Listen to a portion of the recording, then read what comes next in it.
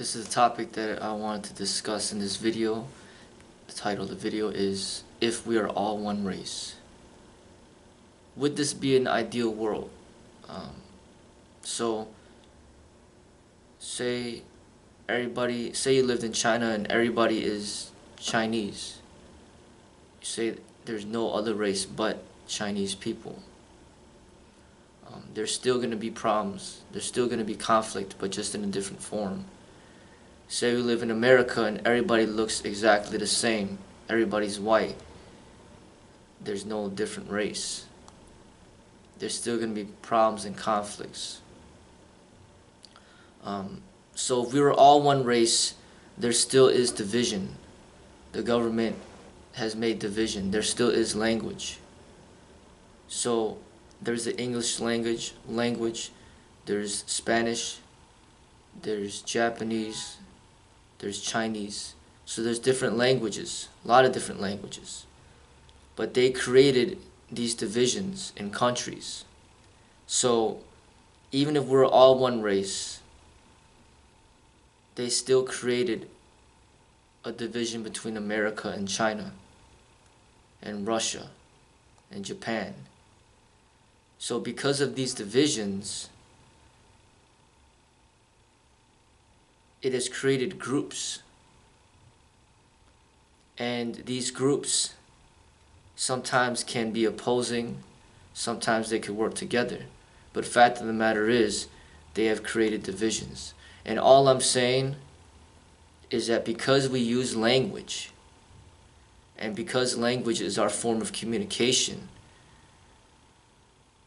we should be accurate with the labels that we choose to use to symbolize what we do, how we feel, what we think, and to use accurate labels to try our hardest to define truth which is indefinable. So if we're all one race, say we're all white, but if somebody was born in California and his birth certificate says he's born in California, but then he likes Chicago a lot, and then he starts telling everybody that he was born in Chicago, he's lying to people. Even though he likes Chicago a lot, doesn't mean that he was born in Chicago. The truth was that he was born in California, so he should be honest about that. This is not about race, this is just about accuracy and truth. About history, your personal history. So if somebody's born in America and he likes China a lot, the fact of the matter is he was born in America, he wasn't born in China. So being clear, to yourself and to the people about who you are.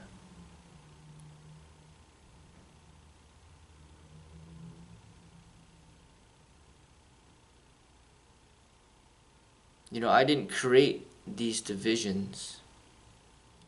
I didn't create these labels. I didn't create the label China. I didn't create the label America. I'm just saying that we should use the labels properly for their intended use.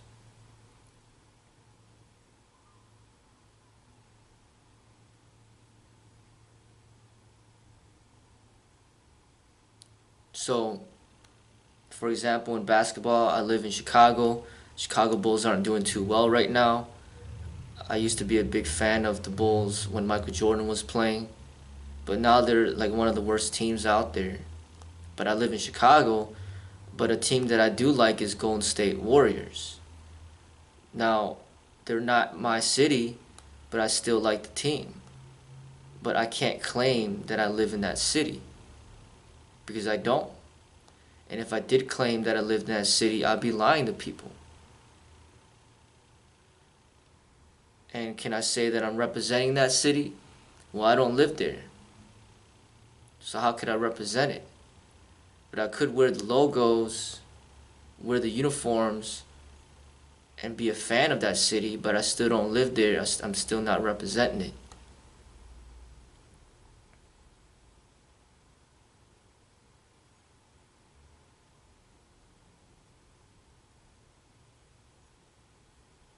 So the government says, hey, where you're born is where you get citizenship. That's their rule. That wasn't my rule. But that's the rule that they came up with. So if you're born in America, then you're considered an American. You're born in China, then you're considered a Chinese citizen over there.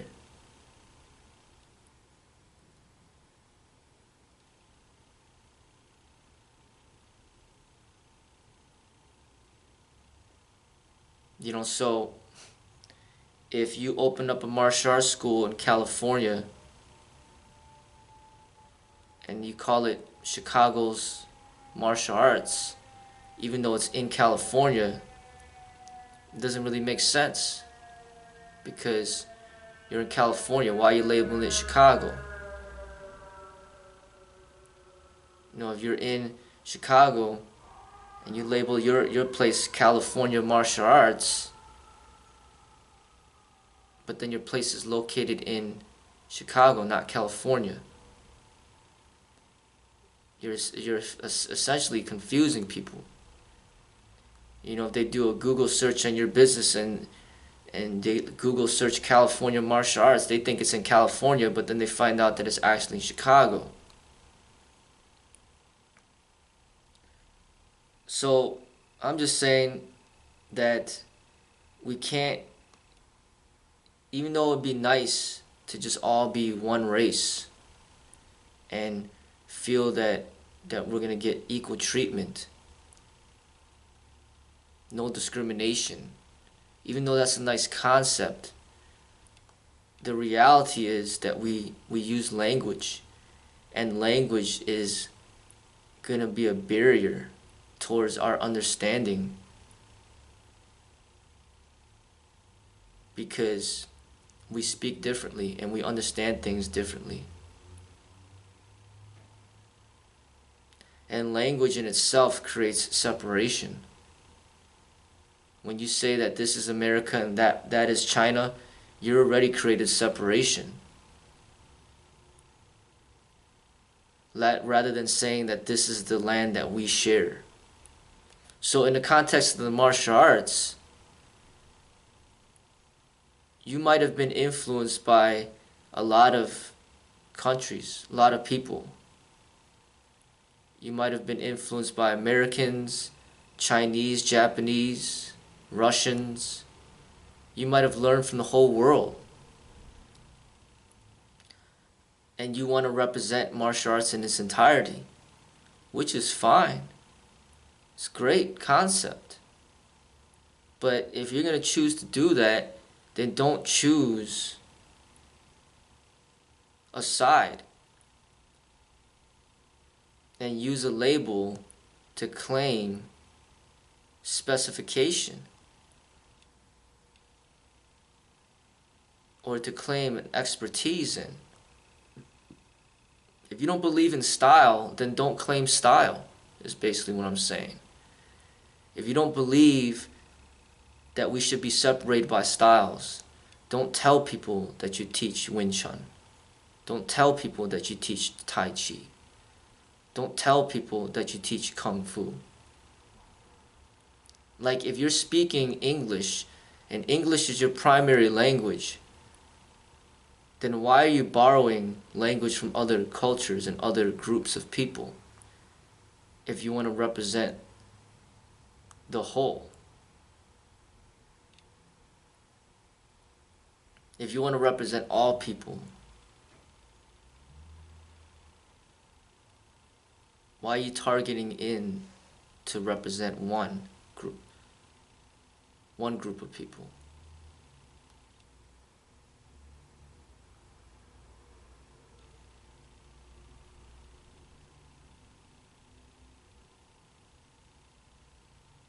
So if you're going to claim style, if you're going to be one of those people that claim styles, then claim it properly. Get proper certification in the style that you wish to claim by a real authority of that style. And in my eyes, somebody that's actually living. Like if you were actually trained by Floyd Mayweather Jr. in boxing, then that's something that you could tell people and claim. But don't claim that you're trained by Floyd Mayweather Jr. when all you did was just watch him in a few boxing matches. And you watched a few videos with him on YouTube, and then you're trying to claim to people that you learned from him. When he didn't say, when he doesn't even know who you are, and he never took you under his wing to be his student or disciple, to represent his boxing method. Like Floyd Mayweather Sr. was training Floyd Mayweather Jr. That's a real training relationship right there. But there's going to be a lot of people out there that like the way that he boxes, and they wish they could box the way that he does. But it doesn't mean that they could claim his style, claim his way, just because they like him.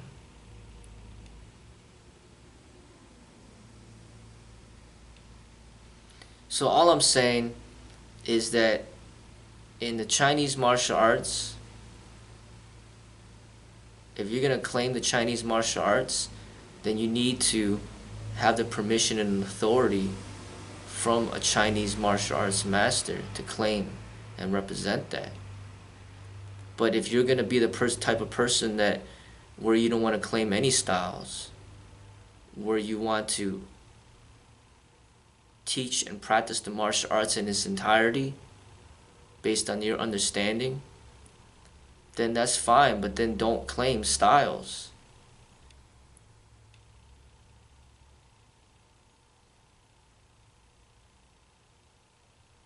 Don't tell people that you teach Wing Chun, that you teach Jeet Kune Do, that you teach the Shaolin Kung Fu. Because I thought you decided that you don't believe in styles, but then you teach styles. Styles of which that you didn't create, styles of which you never received permission from somebody who's actually authorized to give permission for you to teach a certain style. The proper approach would be to advertise and promote your own style and teach your own style, your own way. Not to steal from other people's ways, other people's arts, other people's styles, and then act as if you know everything about what they have to teach when you don't. That is what I'm identifying as wrong. And no matter what race does that, it's wrong. So if a Chinese person steals from another Chinese person, it's still theft. If a Chinese person enslaves another Chinese person, it's still wrong. If a Chinese person mistreats another Chinese person, it's still wrong.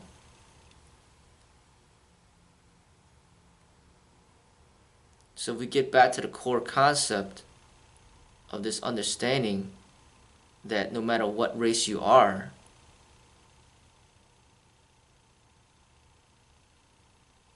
respect the arts accordingly.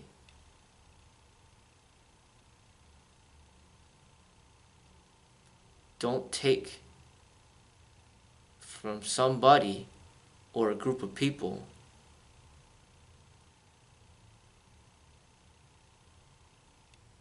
without proper permission from that person or those group of people.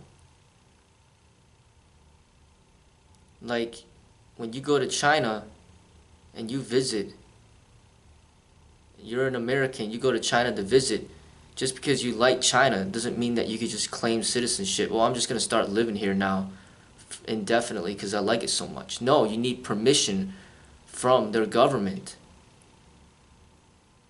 to live there if you want to live there. You need their permission. From the group of people, you need their permission.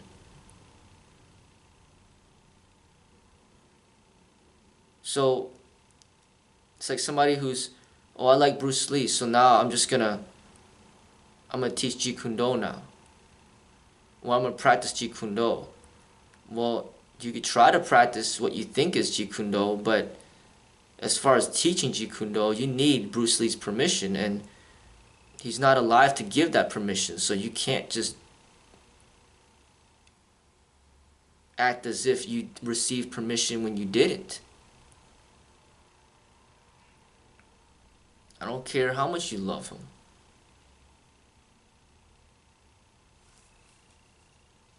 And that's essentially how I see it. And it doesn't matter what race you are. If you do that, if you start teaching Jeet Kune Do without Bruce Lee's permission, that's wrong. Not right. And as far as Kung Fu is concerned, it's an individual expression. And if you're going to represent Kung Fu from a Chinese master, then you need to get permission from that Chinese master to represent that specific expression of Kung Fu.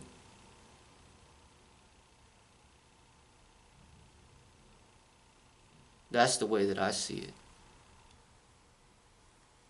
And any race can practice the Kung Fu and even teach the Kung Fu as long as they get permission from the Chinese master. It's up to the Chinese master if he wants to allow anybody that he feels is worthy to pass on his art form.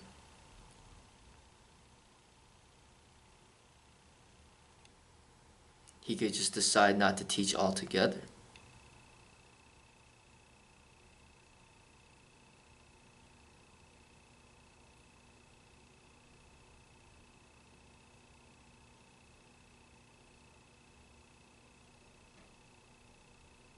So that's what I'm saying. Back to the example about the race or about the divisions of states. Like, you might love New York, but you live in Chicago, and you don't have the right to claim New York if you live in Chicago. If you really love New York so much, then go ahead and move to New York and start claiming New York. So for the people that love the Chinese martial arts so much, but you're an American, if you really loved it that much, then go ahead and move to China and represent China. But if you're not living there, it's not proper to claim it. Unless your roots go back to it.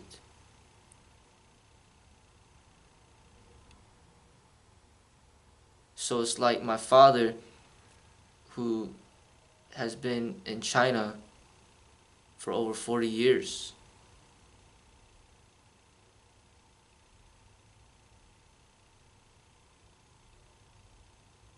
Or over 30 years.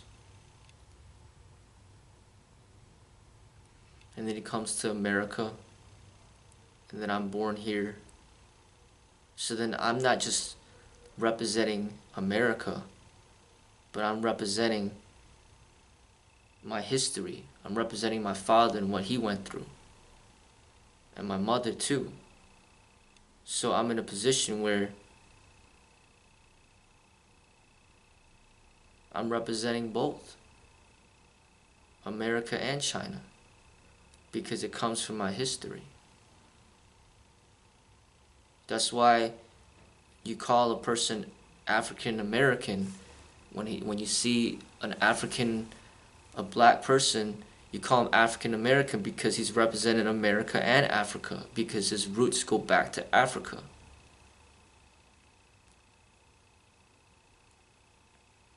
That's why it's Chinese American, because I'm living in America, but my roots go back to China. So I'm representing both.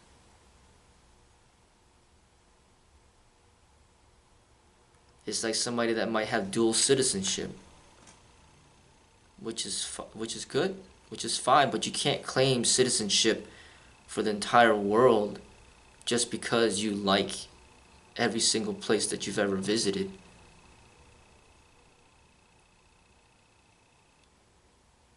If somebody is truly Chinese American,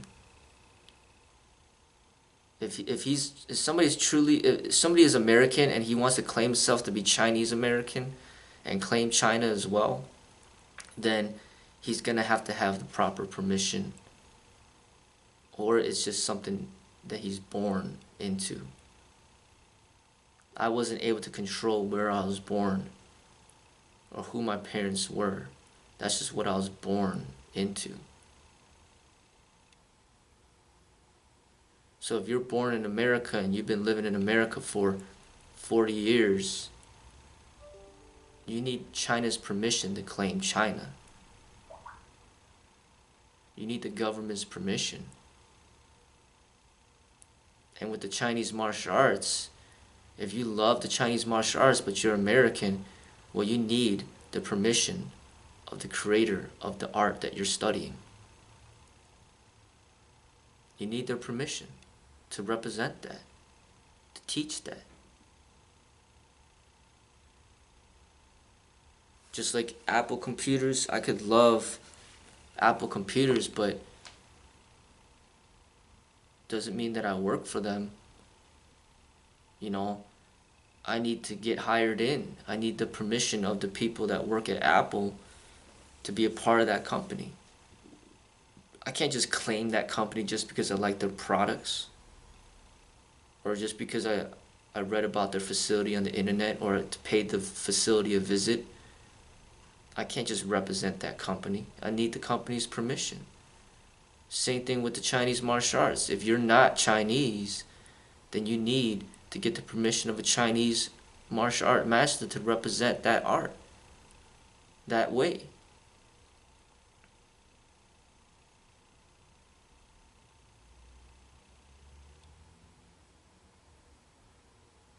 And if you can't get the permission because they're not living like Bruce Lee, then claim your own with your labels, your language, your history, your roots. Claim your own.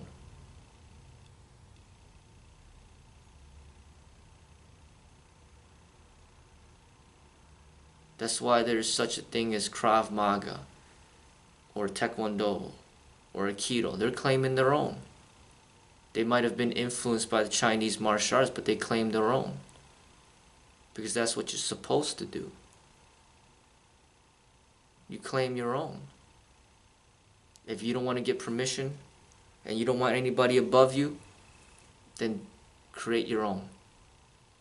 Just like you're making out a new username, a new password. When somebody took the username already, you can't take the same username anymore. You gotta create your own name. Even business names. If somebody has a business name, you can't just take somebody else's business name. You gotta create another name.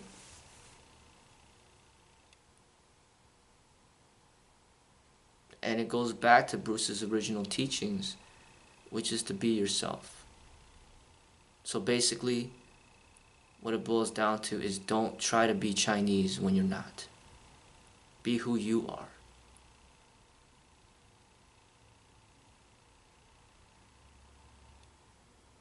And even though he's a successful person, don't try to be Bruce Lee when you're not. Be who you are. So, Michael Jordan, very popular. Don't be like Mike. Be yourself. That's what Bruce was teaching. And ultimately, that's a very important lesson in the martial arts. Something to think about.